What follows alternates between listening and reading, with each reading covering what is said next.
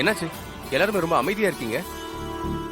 அதானே, ஏன் எல்லாரும் ஒரு மாதிரியா இருக்கீங்க? முகமெல்லாம் வாட்டமா இருக்கே. அது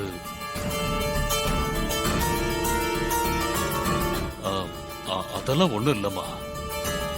டிராவல் பண்ணி வந்ததுல டயர்டா இருக்கும், அதான் எல்லாரும் அமைதியா இருக்காங்க. கொஞ்ச நேரம் ரெஸ்ட் எடுத்தா எல்லாம் சரியா போயிடுமா? இல்லடா, நான் நம்ப மாட்டேன். சுபத்ரா, நீ சொல்லு, என்ன நடந்துச்சு? அது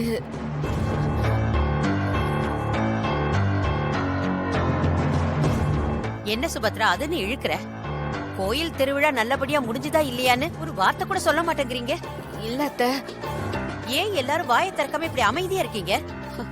அங்க என்ன நடந்ததுன்னு தயவு செஞ்சு சொல்லுங்க.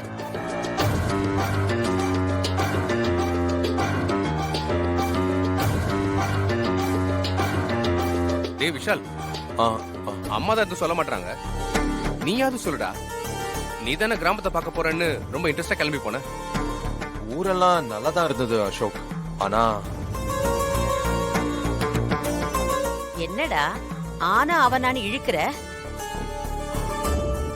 நான் பயந்த மாதிரி அங்க என்னமோ நடந்திருக்கு. என்னன்னு சொல்லு சுபத்ரா. அத்தை, திருவிழால என்ன நடந்துச்சுன்னா,